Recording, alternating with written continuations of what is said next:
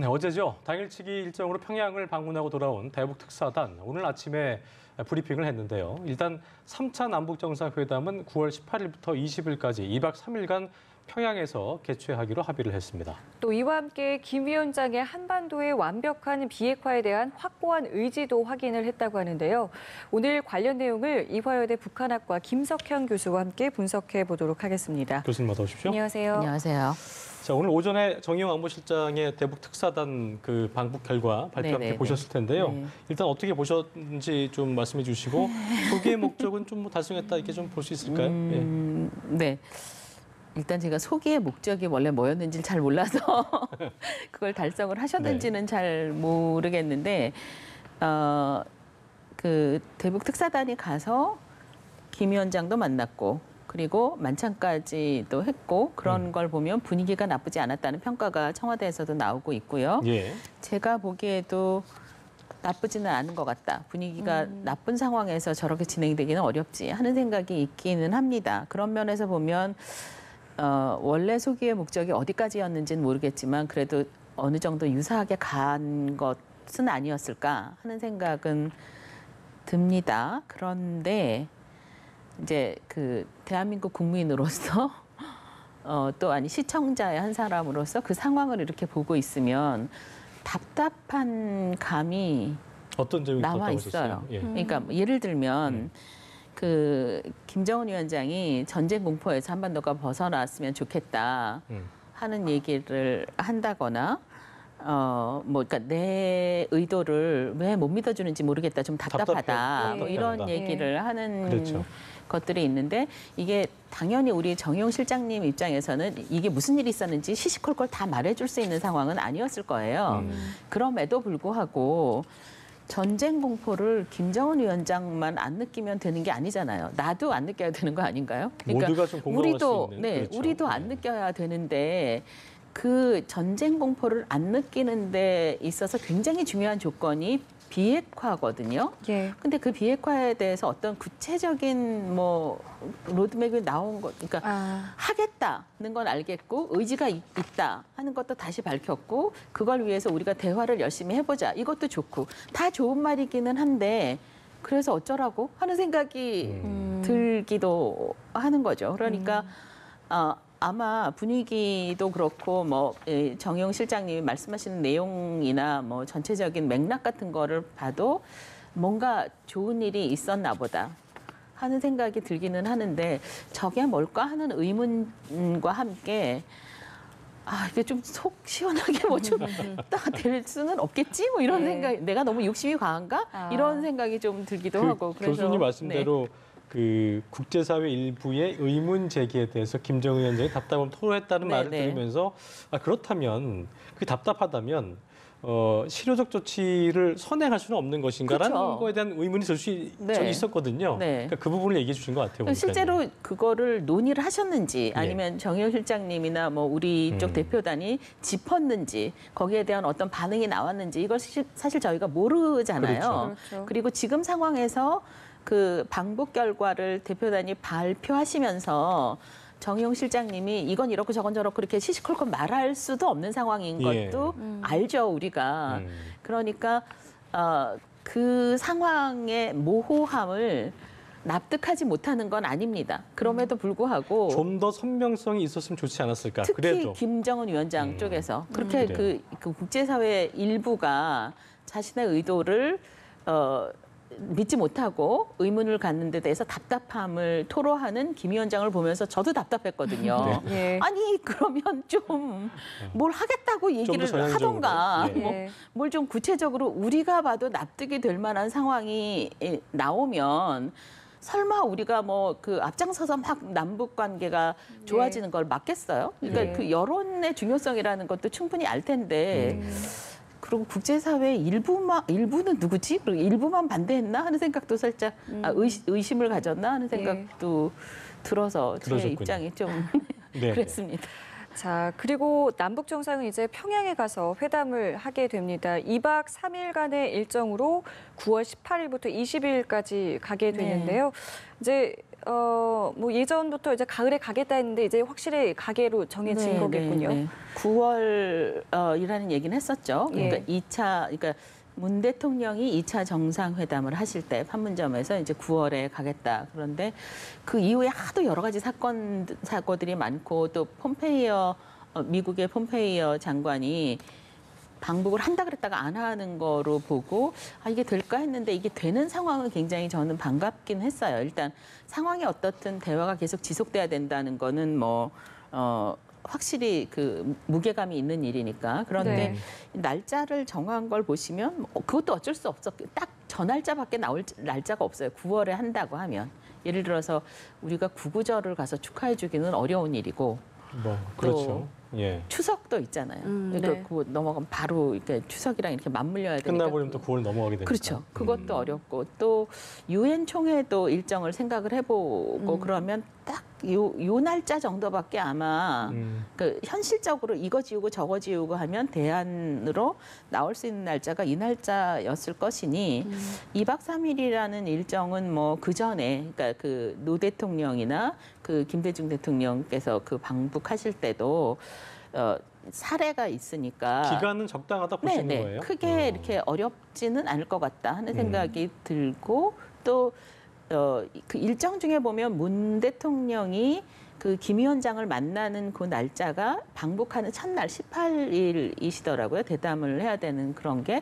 그러면 어떤 얘기가 나와도 그 이후에 후속 조치를 조금 이렇게 다듬고 문안을 만들고 합의문이 됐거나 이런 걸 하기에도 적절한 일정이 아닐까 하는 생각은 지금 하고 있습니다. 네, 2박 3일도 또 일정을 적정하고. 그러니까 어쨌든 4.27 선언 때의 그 하루 만의 만남보다는 좀 더 긴 기간이기 때문에 어떻게 보면 이 의미가 이제 아까 교수님께서 처음에 말씀하신 그 부분과도 일맥상통할 텐데 뭔가 좀 시간을 두고 가시적인 성과를 두 분께서 좀 내보겠다 이런 의지를 좀 보인 거로도 볼 수 있을까요? 일단 일정으로는 좀 그런 것 같아요. 그러니까 이게 한 번 얘기하고 그냥 헤어지는 게 아니라 한 번 얘기를 했는데 우리 이런저런 얘기를 해보자 하고 고심을 좀 해보고 시간을 가지고 또 나름 그 전략적 회의 같은 거를 하고 검토를 하고 그다음에 다시 또 얘기해보고 또 다시 이렇게 오고 가는 과정이 있을 만한 시간이니까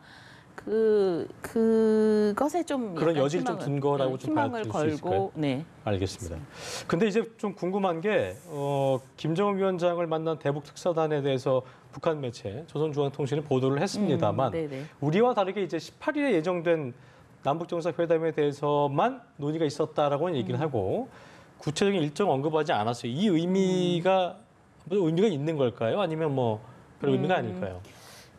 그러니까 그 북한 유일에 매일매일 나오는 신문이 노동신문을 보니까 정면에 사진이 있다하게 나오는 그런 모습들이 보이잖아요. 근데 그걸 보면서 이제 보도를 하긴 했는데 이렇게 아주 명확하게 이렇게 이 일정을 자세히 알려주지 않은 걸 보면 근데 사실 김정은 위원장의 일정을 그렇게 매번 자세히 알려주진 않아요. 일상적으로 북한이. 그러니까 그러니까 만났고 우리가 남북 정상회담을 하기로 했다 정도까지 나온 것만 해도 굵직한 내용만 전달하는 거군요. 네, 그렇죠. 그리고 이게 18일부터 2박 3일 동안 한다 하는 그 자세한 일정은 아직 안 나왔는데 일상적으로 북한의 그 언론이 보도하는 일반적인 형태로 봐서 이거 자체가 그렇게 이상한 일은 아니어서 거기에 의미를 둘 것인가 아닐까를 조금 더 생각을 해봤는데 저는 아직은 잘 모르겠습니다. 그러니까 이걸 의도적으로 그러니까 이 어떤 남쪽하고 이렇게 거리를 두기 위해서 저쪽에서는 확실히 밝혔는데 우리는 약간 이거를 감추려고 하는 건지 그렇게까지는 아닌 것 같긴 합니다. 그런데 이 이후에 그러니까 오늘부터 이후에 나오는 노동신문이나 조선중앙텔레비전의 보도를 비교해 보면서 조금 더 추적해 볼 필요는 있겠다 하는 그렇죠. 생각을 뭐 하고 미국의 있습니다. 반응이라든가 네. 해외의 반응을 또 보면서 중국의 좀 뭔가 반응도 중요하죠. 그렇죠. 네. 알겠습니다. 자, 그리고 남북 정상회담 이번 의제를 좀 살펴보니까요. 예. 한반도의 항구적 평화 정착, 공동 번영, 뭐 한반도 비핵화를 위한 실천적 방안 등을 협의하기로 했는데 이 의제를 놓고 좀 구체적인 내용이 네. 빠져 있다라고도 일각에서도 이야기를 하더라고요. 그렇죠. 저의 답답함이 그거였어요. 아, 예. 추상적이다 좀. 네, 그러니까 이게 정상회담을 문 대통령이 지금 이번에 하시면 세 번째 하시는 거잖아요. 그렇죠. 그러니까 4월 27일에 하셨고 그다음에 장소가 같은 판문점이긴 했지만 또 그러니까 네네. 어느 날 갑자기 하셨고 그리고 6월 12일에 그 북한과 미국이 정상회담을 했던 걸 기억을 하실 겁니다.